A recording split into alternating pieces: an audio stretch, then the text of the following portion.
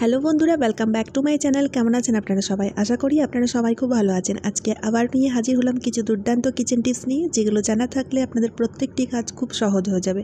চলুন ভিডিওটি শুরু করা যাক। বন্ধুরা, ম্যাচিং স্টিক তো আমরা প্রত্যেকেই ইউজ করে থাকি, তাই ম্যাচিং স্টিকের এমন একটা ট্রিক আজকে আমি আপনাদের সাথে শেয়ার করব, যেটা আপনাদের খুব ভালো লাগবে আর খুবই কাজের টিপস। তাই ভিডিওটি একটু লক্ষ্য করে দেখুন, আপনাদের প্রত্যেকের এই টিপসটি খুবই কাজে আসবে। তো এখানে দেখুন বন্ধুরা, আমি দুটো ম্যাচিং স্টিক নিয়েছি আর দুটো ম্যাচিং স্টিকের সাহায্যে আমি করছি উদাহরণ সহকারে, মানে উদাহরণের জন্য। তো তার জন্য দেখুন, প্রথম আমাদের কি করতে হবে, নিয়ে নিতে হবে কোলগেট হোয়াইট পেস্ট। আর এই পেস্টটিকে দেখুন ম্যাচিং স্টিকের বারুদ অংশে আমাদের ভালো মতো করে লাগিয়ে নিতে হবে। লাগিয়ে নেওয়ার পরে শুকানোর জন্য আমাদের কিছুক্ষণের জন্য অপেক্ষা করতে হবে। খুব বেশি টাইম লাগে না যদিও শুকাতে, 10 থেকে 15 মিনিট লাগে। 10 থেকে 15 মিনিট পর দেখুন বন্ধুরা, ম্যাচিং স্টিকের মধ্যে যেই কোলগেটটা লাগিয়েছিলাম সেটা কিন্তু ভালো মতো শুকিয়ে গেছে। ভালো মতো শুকিয়ে যখন যাবে, তারপরে কি করতে হবে, একটা কাপড়ের সাহায্যে মুছে নিতে হবে। মানে যে পেস্টটি আমরা লাগিয়েছিলাম সেটাকে কাপড় দিয়ে ভালো করে মুছে নিয়েছি।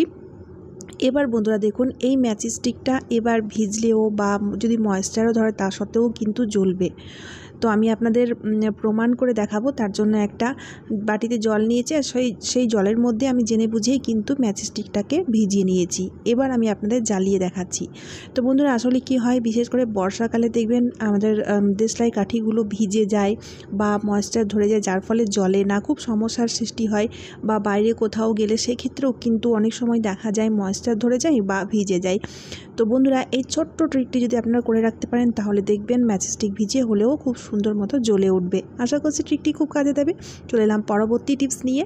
বন্ধুরা, এলাচ, যেটা কিনা প্রত্যেক বাড়িতেই থেকে থাকে, কারণ বিভিন্ন রকম রেসিপির ক্ষেত্রে কিন্তু আমাদের এলাচের ইউজ হয়েই থাকে। তো অনেক সময় কি হয়, আমরা বাজার থেকে অনেক বেশি পরিমাণের এলাচ কিনে আনি। বেশি পরিমাণের এলাচ কিনলে একটু সস্তায় পাওয়া যায়, যার ফলে বেশি পরিমাণে কিনে এনে বাড়িতে স্টোর করে রাখি। কিন্তু সমস্যাটা কি হয়, কিছুদিনের মধ্যেই দেখা যায় এলাচগুলো নরম হয়ে যায় বা এলাচের যে ফ্লেভার, সেই ফ্লেভারটা অনেকটাই নষ্ট হয়ে যায়। সেক্ষেত্রে সেই এলাচগুলো আর ইউজ করতে ইচ্ছে করে না, আর এলাচের যা দাম, ফেলে দিতেও গায়ে লাগে। তো আপনাদের চিন্তা করার কোনো কারণ নেই, একটা ছোট্ট ট্রিক আমি আপনাদের বলে দেবো। তো এখানে দেখুন বন্ধুরা, যখন আমরা ভাত রান্না করি বা যে কোনো রান্না করি না কেন, সেক্ষেত্রে যে গ্যাস বার্নারটা জ্বলে তার আশপাশটা কিন্তু বেশ অনেকটা গরম থাকে। তো এখানে আমরা কি করব, যেই এলাচগুলো নরম হয়ে গেছে বা ফ্লেভার নষ্ট হয়ে গেছে, সেই এলাচগুলোকে আমরা কি করব, গ্যাস বার্নারের চারিপাশে এইভাবে রেখে দেবো। অনেকটা গরম থাকে কিন্তু এই জায়গাটা, আপনারা কখনো দেখবেন লক্ষ্য করে। তো বেশিক্ষণ রাখার আবার প্রয়োজন নেই, খুব বেশি রাখলে আবার একদম পুড়ে যাওয়ার ভয় থাকবে, কারণ অনেকটা তাপ থাকে এই জায়গায়। তো মোটামুটি 2 থেকে 3 মিনিট মতো রাখলেই হবে। তাহলে দেখবেন বন্ধুরা, এলাচগুলো আগের মতো মুচমুচে হয়ে যাবে আর এলাচের ফ্লেভারটাও নতুনের মতো এসে যাবে। তো বন্ধুরা, এই ছোট্ট কাজটি যদি আপনারা করে নিতে পারেন, তাহলে দেখবেন এলাচগুলো পুনরায় নতুনের মতো হয়ে গেছে। তো বন্ধুরা, আপনারা চাইলে এই কাজটি রোদ্রে রেখেও করে নিতে পারেন। অনেকের আবার বাড়িতে রোদ আসে না, তার জন্য এই ট্রিকটি যদি করতে পারেন সবচেয়ে বেশি ভালো হয়। গ্যাস জ্বালিয়ে করার কোনো প্রয়োজন পড়বে না, আলাদা করে গ্যাস খরচারও কোনো ব্যাপার থাকবে না। তো বন্ধুরা, যে কাজগুলো যদি আমরা ফ্রিতেই করে নিতে পারি, তাহলে আমরা টাকা খরচা কেন করতে যাবো, তাই না? আশা করছি এই ছোট্ট ট্রিকটি আপনাদের দারুণ কাজে দেবে। তো চলুন এবার দেখে নেওয়া যাক পরবর্তী টিপসটা। বন্ধুরা, আমাদের মতো হাউসওয়াইফরাও একটা কপি বা ডায়েরি পেন নিয়ে থাকতে পছন্দ করি, কারণ অনেক সময় দেখা যায় মাসকাবরি জিনিসের মধ্যে কোনো জিনিসটা যদি বাড়ন্ত হয়ে যায়, সেটা কিন্তু আমরা চট জলদি খাতার মধ্যে বা ডায়েরির মধ্যে লিখে নিতে পারি। বা আরও অনেক হিসাব, টুকিটাকি হিসাব টিসাব কিন্তু আমরা ডায়েরির মধ্যে বা এইরকম খাতার মধ্যে করেই থাকি। তো সেক্ষেত্রে বন্ধুরা, পেনের প্রয়োজন পড়ে। তো অনেক সময় কি হয়, পেনগুলো না হারিয়ে যায়, কারণ এই দেখুন খাতার সাথে বা ডায়েরির সাথে পেনটা রাখার কোনো সুবিধা থাকে না, যার ফলে কি হয়, পেনগুলো হারিয়ে যায়। তো সেক্ষেত্রে বন্ধুরা, একটা ছোট্ট ট্রিক শেয়ার করছি। তো দেখুন, এখানে নিয়েছি আমি একটা ক্লথ পিন, মানে কাপড় শুকোনোর ক্লিপ। এবার কি করব, এই পেনটাকে খাতার সাথে এইভাবে রেখে যদি ক্লথ পিনের মধ্যে আটকে দিই, তাহলে কিন্তু এই পেনটা হারাবে না, খাতার সাথেই থাকবে। ট্রিকটা খুব ছোট, কিন্তু দেখবেন খুব কাজে আসবে। চলে এলাম পরবর্তী টিপস নিয়ে। বন্ধুরা, আপনারা কি কখনো জলের বোতলের সাথে সেফটি পিনের ইউজ করেছেন? যদি না করে থাকেন, তাহলে ভিডিওটি একটু লক্ষ্য করে দেখুন, খুবই উপকারে আসবে। বিশেষ করে এই গরমকালে এই ট্রিকটি আপনাদের দারুণ কাজে দেবে। তো বন্ধুরা, আমরা যখন বাইরে কোথাও বেড়াতে যাই বা যখন আমরা ট্রাভেলে যাই তখন কিন্তু নিজের সাথে এক বোতল জল আমরা প্রত্যেকেই কিন্তু ক্যারি করে থাকি।